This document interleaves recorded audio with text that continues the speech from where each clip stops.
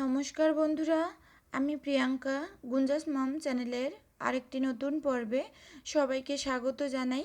আশা করি সবাই ভালো আছেন, সুস্থ আছেন, আমরাও ভালো আছি। বন্ধুরা, ভিডিওটি সকাল থেকেই শুরু করলাম। আর আজকের ভিডিওটি হচ্ছে শুক্রবারের। তো শুক্রবার মানেই ছুটির দিন মামুনির বাবার, মামুনির। তো একটু দেরি করে ওঠা হয়, আমি সবসময় ভিডিওতে বলি। তো দেখতে পাচ্ছেন 3টা ডিম হচ্ছে, ওই যে লাল যে ডিমগুলো, তো লেয়ার মুরগির। তো সে ডিমগুলো আগের দিনের ধোয়া ছিল, 2 হালি নিয়ে এসেছিলো। তো এখান থেকে খাওয়া হয়ে গেছে, ফ্রিজে রাখা হয়নি, মানে রান্নাঘরেই ছিল। তো সেখান থেকে নিয়েই আর কি রান্নাবান্না করে খাওয়া হয়ে গেছে, 3টা ছিল। তো ওর সাথেই কিন্তু আমি হাঁসের ডিমগুলো ধুয়ে রেখে দিলাম। আর 3টা ডিম আমি সেদ্ধ বসিয়েছি। শুক্রবার সকালে আমরা এই 3টা ডিম সেদ্ধই খাবো, মামুনির বাবা, আমি আর মামুনি। তো আর কোনো খাওয়া দাওয়া হবে না। সকালবেলা যেহেতু কোনো রকমে একটু খেলেই হলো, একটু দেরি করেই উঠেছি, তারপর তো আবার দুপুরে খাওয়া দাওয়া হবে। আর শুক্রবার মানেই তো মাংস রান্না হতেই হবে, এই আর কি ব্যাপার। মাঝে মধ্যে একটু ওলটপালট হয়, তবে শুক্রবার বেশিরভাগ বলতে সবসময়ই হচ্ছে মাংস হয়। কারণ একদিন যদি বাদ যায় তাহলে, মানে শুক্রবার, তাহলে মামুনি কিন্তু রুমের ভিতরে সেই অবস্থা শুরু করে দেয়। একবার হয়েছিল যে শুক্রবারে ওর বাবা মানে মাংস ছিল না, আর আনতেও যেতে চাচ্ছিল না। তো ও বলছিল যে আমি ব্যাগ গুছিয়ে তাহলে চলে যাব, সপ্তাহে তো একটা দিনই খাবো, তাহলে এমন না যে প্রতিদিন খাচ্ছি, তাহলে কেন হবে না এরকম। ছোট মানুষ, মনে যা আসছিল তাই বলছে, এই আর কি।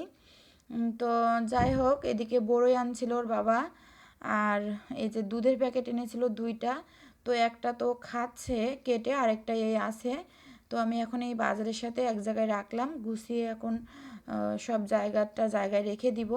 বড়ইটা এনে টেবিলের উপরে রাখছিল, ওটা হাতে ছিল, আর এগুলো ব্যাগের উপরে ছিল। আর এই যে লাল শাক এনেছে 2 আটি, মুরগি এনেছে একটা, ওই যে লেয়ার মুরগিগুলা, লাল মুরগি আর কি।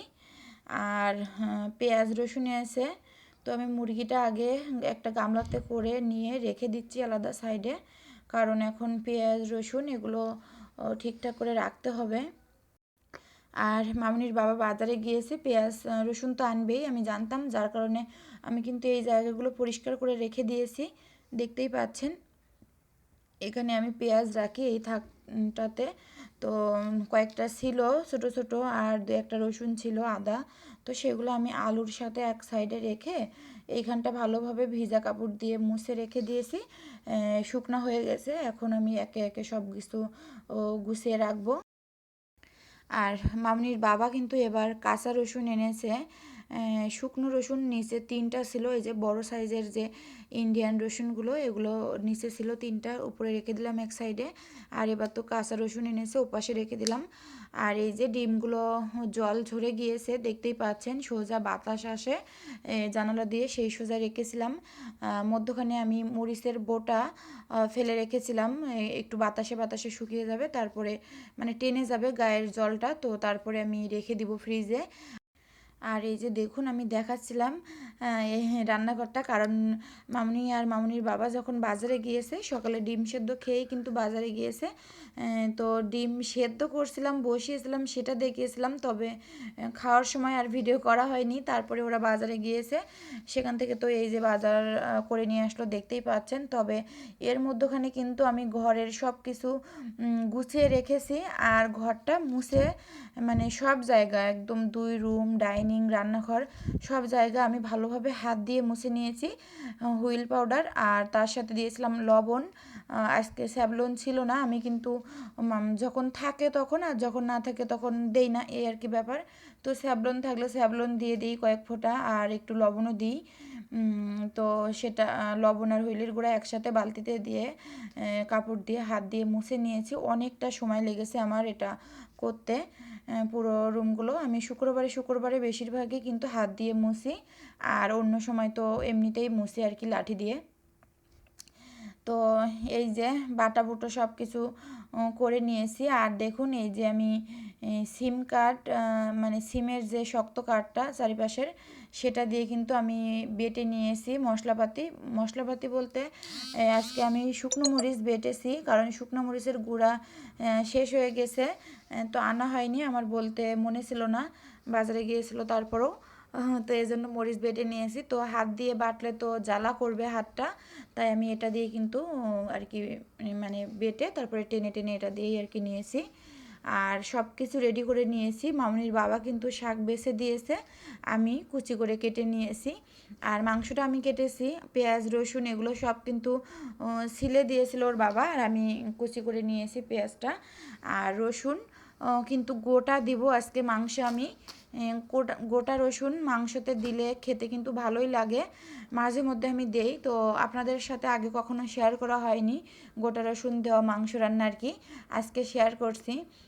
আর রসুন কিন্তু বেটেও দিব, আস্ত যে রসুনটা দিচ্ছি এর জন্য তো কোনো আলাদা মানে স্বাদ মাংসতে আসবে না, খেতে ভালো লাগবে আর কি ভাতের সাথে, ঝুলের সাথে, তরকারি ঝুলের সাথে মাখিয়ে খেতে। তো আমি রসুন, তারপরে আদা, জিরা, শুকনো মরিচ একসাথে বেটে নিয়েছি শিলপাটায়, সেটা এখন পেঁয়াজ কুচিটা ভাজা ভাজা হয়ে গেলে তার সাথে দিয়ে দিলাম। এখন এই মশলাটা একটু ভাজা ভাজা করে নেব, তাহলে কাঁচা ঘ্রাণটা চলে যাবে। তারপরে আমি জল দিয়ে দিব। আর পেঁয়াজ কুচিটা কিন্তু একটু বেশি করেই দিয়েছি, কারণ এখন তো পেঁয়াজের দাম কম, তো যখন দাম বেশি থাকে তখন তো একটু কম করেই দিই, এখন যেহেতু দাম কম তাই একটু বেশি করেই দিলাম। আর প্রথমের দিকে দেখছিলেন তখন তো বলা হয়নি, আমার মামুনি নিচে পাটি বিছিয়ে ওই যে প্যাকেট দুধ এনেছে সেটা খাচ্ছিল, তো ও এসে কিন্তু একটু এলোমেলো করেই ফেলেছে ঘরটা, ওরা যাওয়ার পরে আমি সব কিছু গুছিয়ে পরিষ্কার করে নিয়েছি, আবার এসেই কিন্তু খাটের উপরটা, ওয়ার্ডরোবের উপরটা, এখানে সেখানে এটা সেটা সরিয়ে ছিটিয়ে রেখেছে, সেগুলো আবার রান্না করার পর হালকা পাতলা করে গুছিয়ে নিলেই হবে। সব কিছু মোছামুছি, ঘর মোছামুছি, তারপরে বিভিন্ন ফার্নিচার সব কিছু তো মুছে পরিষ্কার করে নিয়েছি, এখন শুধু এলোমেলোভাবে রাখছে আর কি, এসে সেগুলো একটু রেখে দিলেই হয়ে যাবে। আর এদিকে আমি জল দিয়ে তারপর মশলাটা কষিয়ে নিলাম, দেখতেই পেলেন। এখন কেটে রাখা মাংসগুলো দিয়ে দিচ্ছি, আর মাংসটা পুড়িয়েছি তো ওইখানটা কালো কালো মতো হয়েছে, দেখতে পাচ্ছেন এই যে লেগ পিসের সামনে। বন্ধুরা, আমি কথা বলতে বলতে ভুলেই গিয়েছি, যারা এতক্ষণ পর্যন্ত আমার ভিডিওটি দেখছেন একটি লাইকও করেননি, প্লিজ একটি লাইক করে তারপর আমার ভিডিওটি কন্টিনিউ করুন। যারা আমার চ্যানেলটি সাবস্ক্রাইব করেছেন তাদের অসংখ্য অসংখ্য ধন্যবাদ, যারা এখনও করেননি প্লিজ আমার চ্যানেলটি সাবস্ক্রাইব করে আমার পাশে থেকে যাবেন। আর বন্ধুরা, যারা আজকে আমার ভিডিওটি নতুন দেখছেন, তো আমার ভিডিওর কোনো অংশ যদি একটু ভালো লাগে তাহলে একটা লাইক দিয়ে দিবেন, আর যদি বেশি ভালো লাগে তাহলে সাবস্ক্রাইব করে আমার পাশেই থেকে যেতে পারেন। আর যে সমস্ত বন্ধুরা প্রতিদিন আমার ভিডিও দেখছেন, লাইক করছেন, কমেন্ট করছেন, তাদেরকে অসংখ্য অসংখ্য ধন্যবাদ।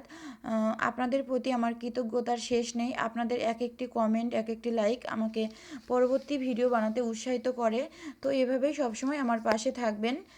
বন্ধুরা, আমি আলু দিয়ে দিলাম, দেখতে পেলেন আলুগুলো তো আমি আগেই ভেজে নিয়েছিলাম, মাংসর আলু কিন্তু বেশিরভাগ সময় আমি ভেজেই নিই, মাঝে মধ্যে একটু কাঁচা অবস্থায় দিই, তো যে কোনো একভাবে দিলেই হলো। কাঁচা আলু দিলে একরকম স্বাদ, ভাজা আলু দিলে একরকম স্বাদ, তো দুটোর স্বাদই কিন্তু ভালোই লাগে, খারাপ লাগে না। আর গোটা রসুনগুলো আমি দিয়ে দিয়েছি, এখন ভালোভাবে কষিয়ে নিচ্ছি, তারপরে তরকারি ঝোল দিয়ে দিব, মানে তরকারিতে জল দিয়ে দিব আর কি, তারপর ঢাকনা দিয়ে আমি মাংসটা রান্না করে নিব। আর গুঁড়ো যে মানে ছোটো ছোটো যে ডিমগুলো, সেই ডিমগুলো কিন্তু দেখা যাচ্ছে না এখানে, দুই একটা ডিম যেগুলো একটু বড় সাইজ ছিল একটু ফেটে ফেটেও গিয়েছে। আর অন্য আগের দিন যেরকম বড় একটা ডিম হয়েছিল, সেরকম বড় একটা ডিম কিন্তু হয়নি। আর রান্নাবান্না পুরোটাই কমপ্লিট, দেখতেই পাচ্ছেন চুলার চারিপাশটা সব কিছু একদম পরিষ্কার ঝকঝকে করে নিয়েছি, এরকম পরিষ্কার যদি থাকে তাহলে দেখতে কত ভালো লাগে। রান্নার সাথে সাথে রান্নাঘরটা যদি পরিষ্কার করা না হয় তাহলে কিন্তু একটুও ভালো লাগে না, ঘর বাড়ি পরিষ্কার পরিচ্ছন্ন থাকলে মনও ভালো লাগে, মানে ঘরের ভিতরে একটা পজিটিভিটি থাকে। তো এই যে লাল শাক ভাজি আর মাংসর তরকারি, ওপাশে আছে ভাত, এখন খাওয়া দাওয়া করতে হবে। আর এই যে বলতে বলতেই টেবিলে নিয়ে চলে আসলাম, সবাই খাওয়া দাওয়া করব, কারণ সকালে একটা করে ডিম ভাজা, ডিম সেদ্ধ খেয়েছিলাম, তো এজন্য সবারই কিন্তু খিদা পেয়ে গেছে। তারপর দুপুরের খাওয়া দাওয়া শেষে ক্যামেরাটা আর অন করা হয়নি, সন্ধ্যার পর সন্ধ্যাবাতি দেওয়ার পর আর কি মামুনিকে পড়াতে বসিয়েছি। আর মামুনির বাবাও চলে এসছে। তো আসার সময় ফোন দিয়েছিল কি নিয়ে আসবো, তো বলেছিলাম জিলাপি নিয়ে আসো। 250 গ্রাম জিলাপি নিয়ে এসেছে ওর বাবা, কারণ ওর বাবার তো মিষ্টি খাওয়া নিষেধ বলতে কমই খায়, যেহেতু ডায়াবেটিস আছে, পয়েন্ট একদমই কম, তো তারপরেও একটু মেনে চলতে হয় এই আর কি। আর এদিকে দেখুন মামুনির খাতা বই এগুলো আমি একটু উল্টে উল্টে দেখাচ্ছিলাম। অনেকগুলো পড়া, 5টা, প্রতিদিন 4টা করে ক্লাস হয়, বাংলা, অঙ্ক, ইংলিশ আর পরিবেশ আর ধর্মটা কিন্তু পরিবেশ পরিস্থিতি আর ধর্মটা হচ্ছে ভাগাভাগি করে হয়, 3 দিন এরকমভাবে হয়। তো যাই হোক, এখন জিলাপিটা প্লেটে নিয়ে নিচ্ছি, খেয়ে দিয়ে তারপরে আর কি পড়াটা শুরু করব। বন্ধুরা, ভিডিওটি এ পর্যন্তই থাকবে, আর বড় করব না। সবাই ভালো থাকবেন, সুস্থ থাকবেন। দেখা হবে আগামী পর্বে। আমার আজকের ভিডিওটা কেমন লাগলো কমেন্ট করে জানাবেন।